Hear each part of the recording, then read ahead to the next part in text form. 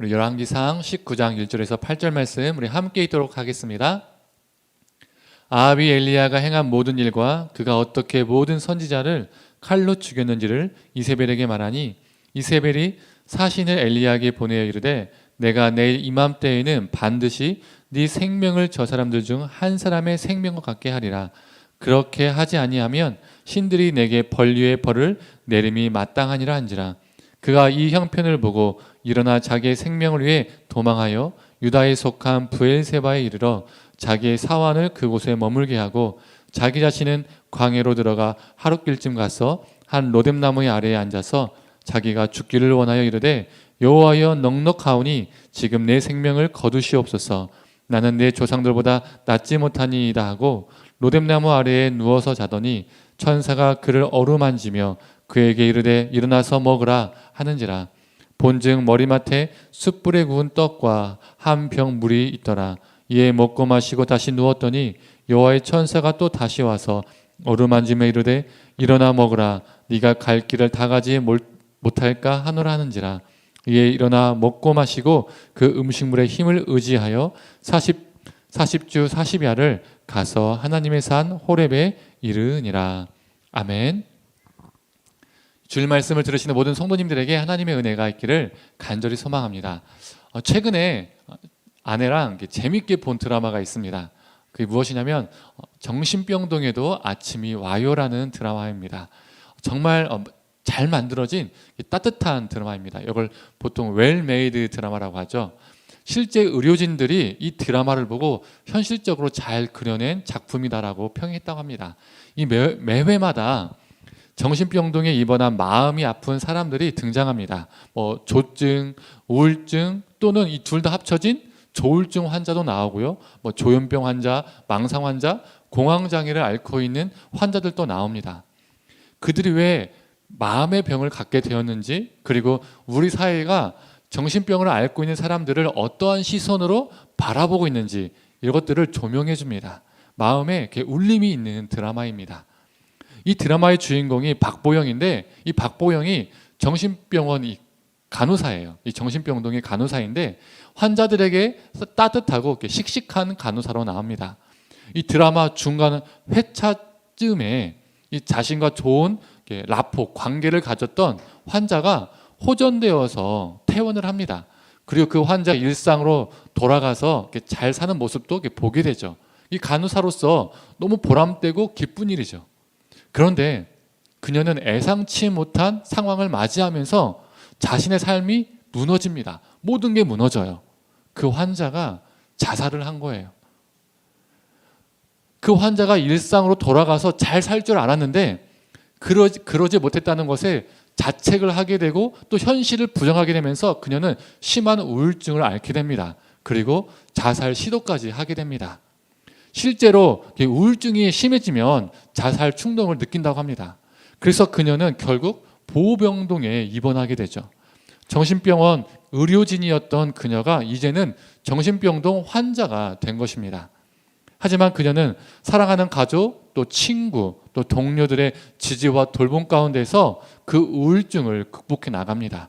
그 과정이 쉽지는 않지만 그녀는 다시 간호사로 서 나아갑니다.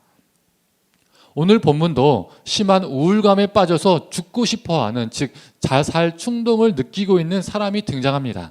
누구죠? 바로 엘리야입니다. 왜 엘리야는 심한 우울감에 빠지게 되었을까요? 오늘 본문은 19장인데 바로 앞장인 18장에는 무슨 사건이 있었을까요? 우리가 잘 알고 있는 갈멜산에서의 대결이 기록되어 있습니다.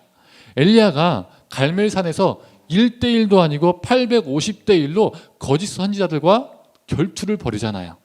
우리 드라마나 영화 같은 데서 보면 주인공들이 17대1로 바바바박 싸웠다. 그래서 이런 말들이, 이런 대사들이 나오잖아요. 17대1로 싸워서 이긴 것도 대단한 건데 엘리야는 혼자서 850명을 상대했습니다. 그리고 그가 갈멜산에서 백성들에게 했던 말이 있죠. 정말 유명한 말씀이죠. 어느 때까지 둘 사이에서 머뭇머뭇하려느냐. 만일 여호와가 하나님이면 여호와를 선택하고 만일 바알이 하나님이면 바알을 선택하라 라고 그는 담대히 외쳤습니다. 그 당시 수많은 이스라엘 백성들이 여호와 하나님과 바알 사이에서 양다리를 걸치고 있었죠. 요즘 말로 하면 바람을 피우고 있었습니다. 영적 불륜을 저지르고 있었던 것이죠. 이러한 백성들 향해 담대히 선포하고 대결을 벌였습니다. 그리고 그 결과 어떻게 되었습니까? 엘리야가 이겼죠. 바알 선지자들이 다 멸절을 당했습니다. 하늘에서 불이 내려와서 모든 것을 다 태우고 그 거짓 선지자들은 멸절을 당했습니다. 18장에 나오는 엘리야는요, 거의 영웅적인 모습을 보여줍니다. 멋있어요. 우리 마음속에서 혼자서 850명과 싸워서 이겼다고 상상을 해보세요. 정말 대단한 사건입니다. 이건 사람의 능력으로 할 수 있는 일이 아니죠. 이 광경을 수많은 이스라엘 백성들이 보고 들었습니다. 심지어 북이스라엘의 왕인 아합도 그 현장에 있었습니다. 그러면 이제 엘리야가 당연히 기대하는 바는 무엇일까요? 어느 때까지 머뭇머뭇하려느냐? 여호와가 하나님이면 여호와를 선택하고 바알이 하나님이면 바알을 선택하라 이렇게 선포했는데 이제 누가 참 하나님인지 누가 참 신인지를 보여줬잖아요. 그러면 그 현장에 있던 수많은 백성과 아합 왕은 그것을 목격했으니까 엘리야는 백성들이 바알 숭배를 버리고 오직 여호와 하나님만을 선택하는 것, 이것을 기대했겠죠. 또 아합 왕도 바알 숭배자인 자신의 아내 이세벨을 폐위시켜버리는 것, 이것을 기대했겠죠. 당연한 기대죠. 그런데 자신의 기대와 달리 아무 일이 일어나지 않는 거예요. 여전히 이스라엘 백성들은 바알을 사랑하고 여전히 바알 앞에서 절합니다. 여전히 이세벨은요, 기세등등한 거예요. 폐위는커녕 오히려 갈멜산 사건 이후로 이세벨은 엘리야를 죽이기로 결심했고 또 죽이라고 명령하죠. 엘리야는 이 대결을 보고 아합 왕과 수많은 백성들이 하나님께 돌아올 줄 알았는데 자신이 기대했던 것과 현실이 너무 달라서 충격을 받았습니다. 이 충격 때문에 극심한 우울감에 빠진 겁니다. 요즘 말로 하면 우울증에 걸린 것이죠. 만약에 이 엘리야가 살던 시절에 정신과 정신병도 있었으면 아마 우울증 진단을 받았을 거예요. 이 모든 상황이 두렵고 이세벨이 두려운 거예요. 그래서 그는 도망을 갑니다. 그가 어디로 도망갔을까요? 남유다 땅으로 도망을 갑니다.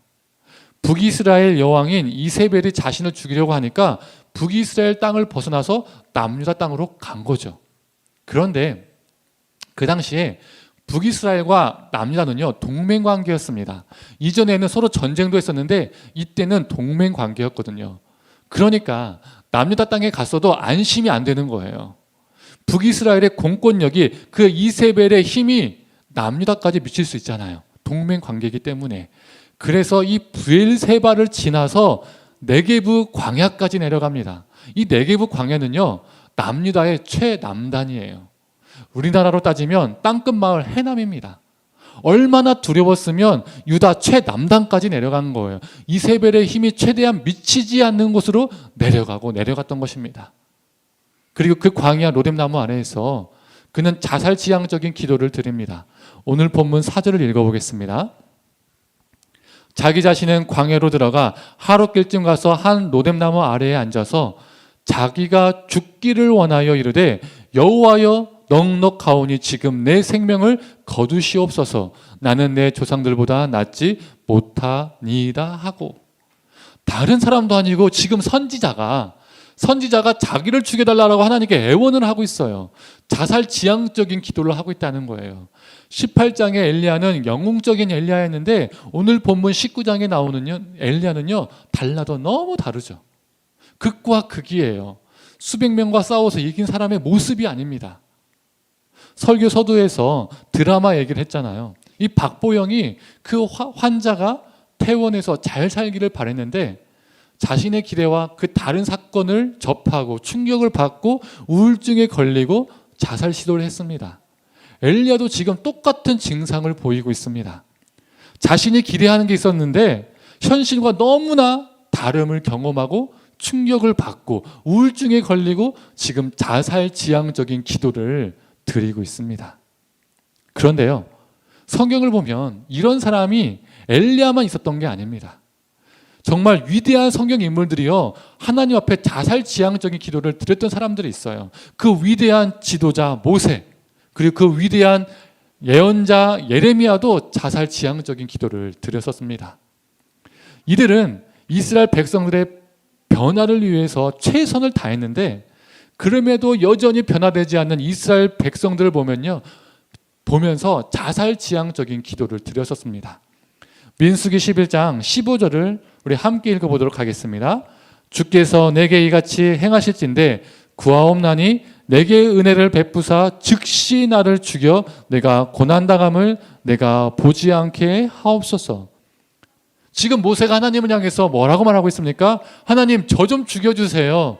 그게 당신이 저에게 은혜를 베푸시는 겁니다 라고 말하고 있어요. 지금 당장 죽는 게요, 즉시 죽는 게요, 하나님께서 은혜를 주시는 거래요. 얼마나 절망적이면 이런 말을 할까요?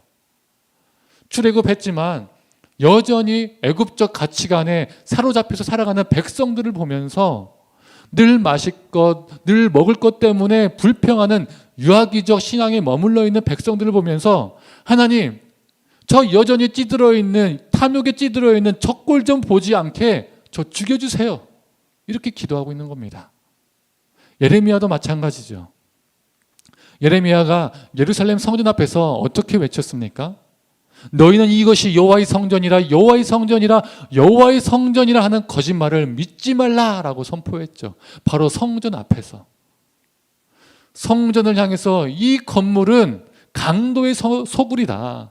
하나님을 예배하는 장소가 아니라 강도의 소굴이다. 하나님을 이용한 종교 건물에 불과하다라고 그는 외쳤습니다. 이 예레미야의 선포를 백성들이 좋아했을까요? 당연히 안 좋아하죠.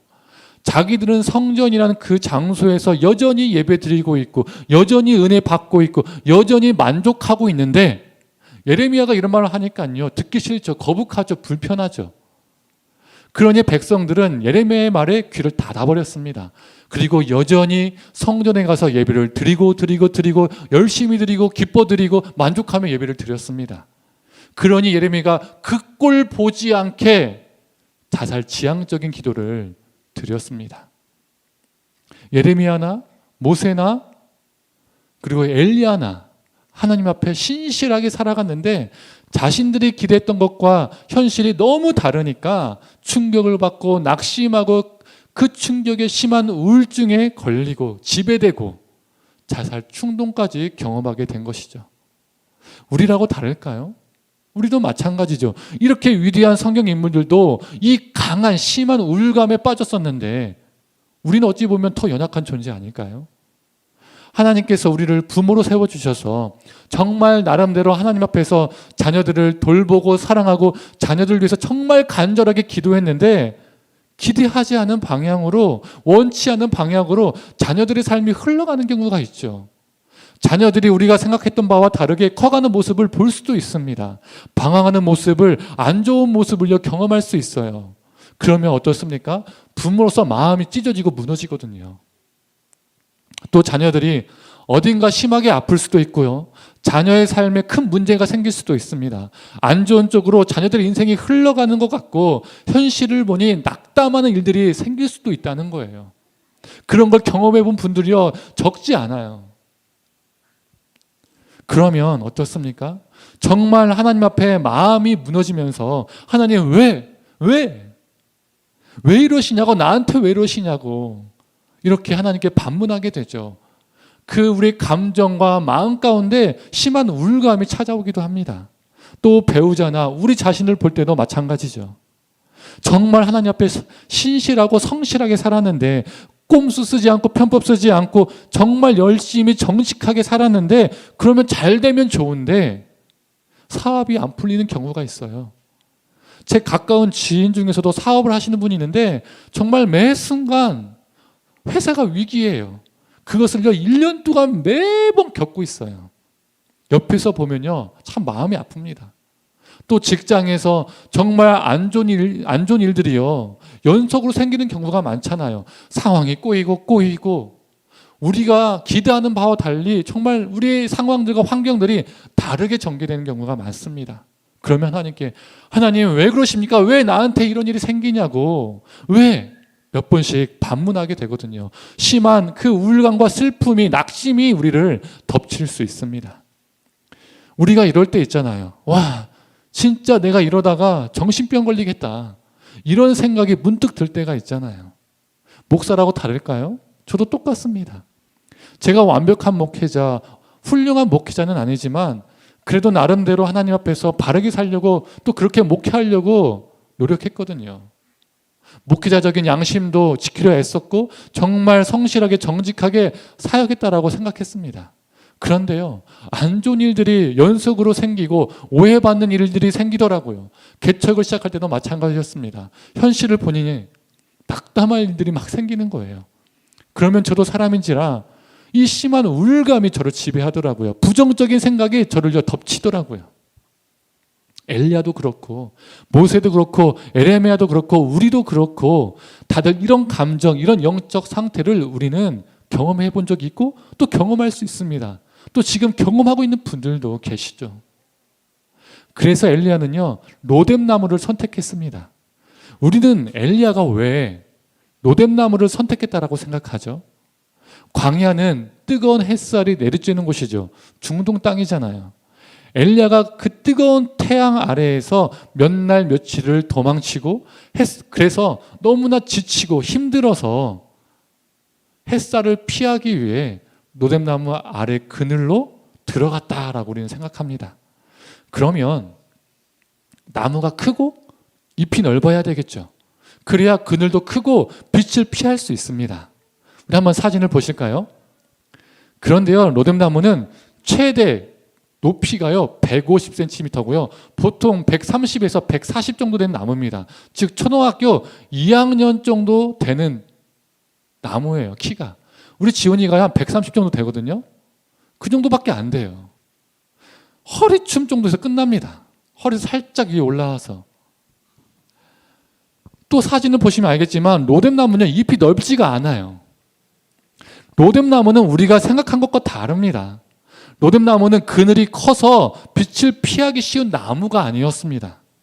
엘리야는 그늘이 큰 종려나무나 시띠나무를 선택하지 않고 키가 작고 잎이 얇은 로뎀나무를 선택한 것은 쉬려고 선택한 것이 아니라 죽으려고 선택한 겁니다. 엘리야는 힘들어서 낮잠을 자고 잠시 쉬면서 회복하기 위해 로뎀나무를 찾아간 게 아니라는 거예요.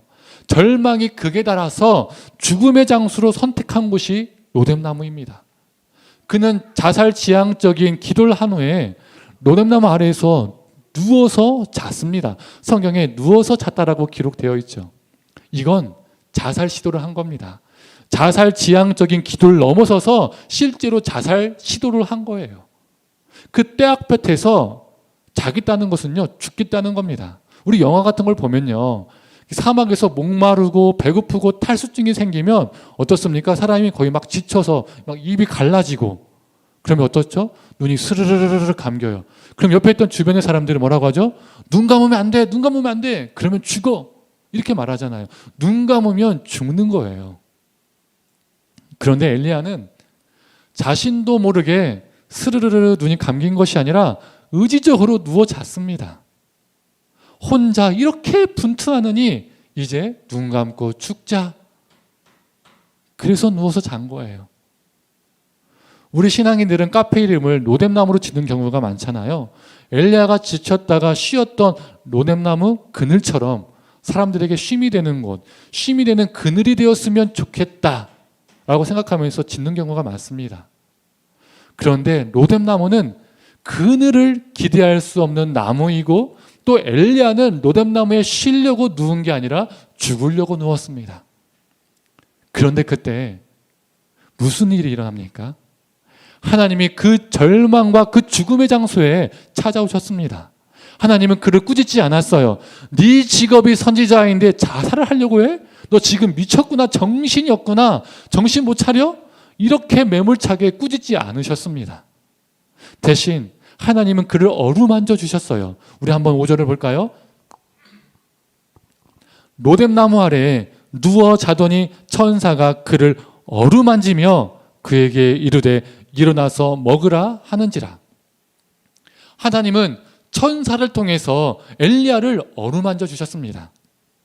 또 하나님은 그 죽음 그리고 절망의 장소에서 엘리야에게 떡과 물을 먹이셨습니다. 이게 뭐냐면 하나님께서 왜 떡과 물을 먹이셨겠어요? 이게 뭐냐면 엘리야야 죽지 마. 이게 하나님의 음성이라는 겁니다.